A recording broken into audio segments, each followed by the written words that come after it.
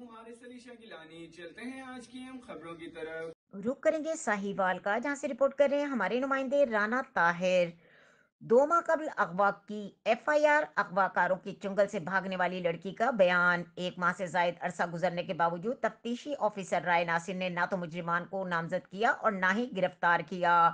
उल्टा मुद्दई फरीक को धमकियां कि एफआईआर वापस लें, बसूरत दीगर ना सिर्फ मुकदमा खारिज करूंगा बल्कि तुम्हें कई नामालूम मुकदमात में नामजद कर दूंगा। गरीब ये होने पर जुल्म और बर्बरियत के खिलाफ आईजी पंजाब आरपीओ साहिवाल से नोटिस लेने का मुतालबा।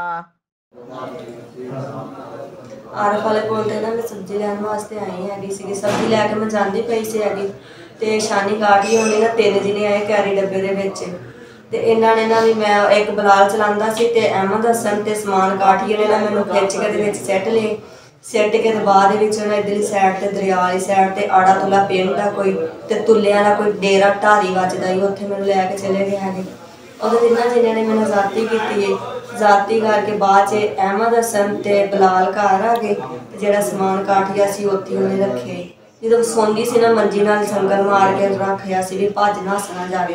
ਤੇ ਅੱਗੋਂ ਮੈਨੂੰ ਕਹਿੰਦੇ ਸੀ ਨਾਲੇ ਮਾਰਦੇ ਸੀ ਤੇ ਨਾਲੇ ਕਹਿੰਦੇ ਸੀ ਜਿਹੜਾ ਤੂੰ ਸਾਡੇ ਯੂਸਫ ਵਾਲੀ ਪਰਚਾ ਦਿੱਤਾ ਹੀ ਨਾ ਤੈਨੂੰ ਅਸੀਂ ਉਹਦੀ ਸਜ਼ਾ ਦੇਂਦੇ ਹੈਗੇ ਆ। ਤੈਨੂੰ ਨਸੀਹਤ ਦਵਾਈ ਕਿਵੇਂ ਕਿਸੇ ਦੇ ਪਰਚੇ ਦੇਈਦੇ ਹੈਗੇ।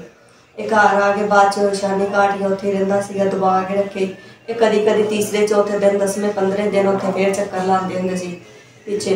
ਉਹ ਫਿਰ ਇੱਕ ਦਿਨ ਸੁੱਤਿਆ ਹੋਇਆ ਸੀ, ਪਰਸੋਂ ਦੀ ਗੱਲ, ਧੁੰਦ ਪਈ ਸੀ ਤੇ ਮੈਂ ਉੱਥੋਂ ਕੰਧ ਟੱਪੀ, ਕੰਧ ਟੱਪ ਕੇ ਪੈਲੀਆਂ ਵਿੱਚ ਚਲੀ ਜੁੱਤੀ ਹੱਥ 'ਚ ਫੜ ਕੇ ਆਈ ਹਾਂ। ਇੱਕ ਢਾਰੀ ਸੀਗੀ, ਢਾਰੀ ਤੇ ਆਈ ਹਾਂ। ਉਹਨਾਂ ਨੂੰ ਰੋ ਕੇ ਦੱਸਿਆ ਮੈਂ ਸਾਰਾ ਕੁਛ ਹੀ ਮੈਨੂੰ ਇੰਝ ਹੋਏ। ਉਹਨਾਂ ਨੇ ਕਿਹਾ ਤੂੰ ਰੋ ਨਾ, ਤੂੰ ਚੁੱਪ ਕਰ, ਤੈਨੂੰ ਅਸੀਂ ਨਾ ਇੱਥੇ ਲੰਬੜਦਾਰ ਪਿੰਡ ਆ ਉਹਨੂੰ ਅਸੀਂ ਦਿੰਦੇ ਹਾਂ।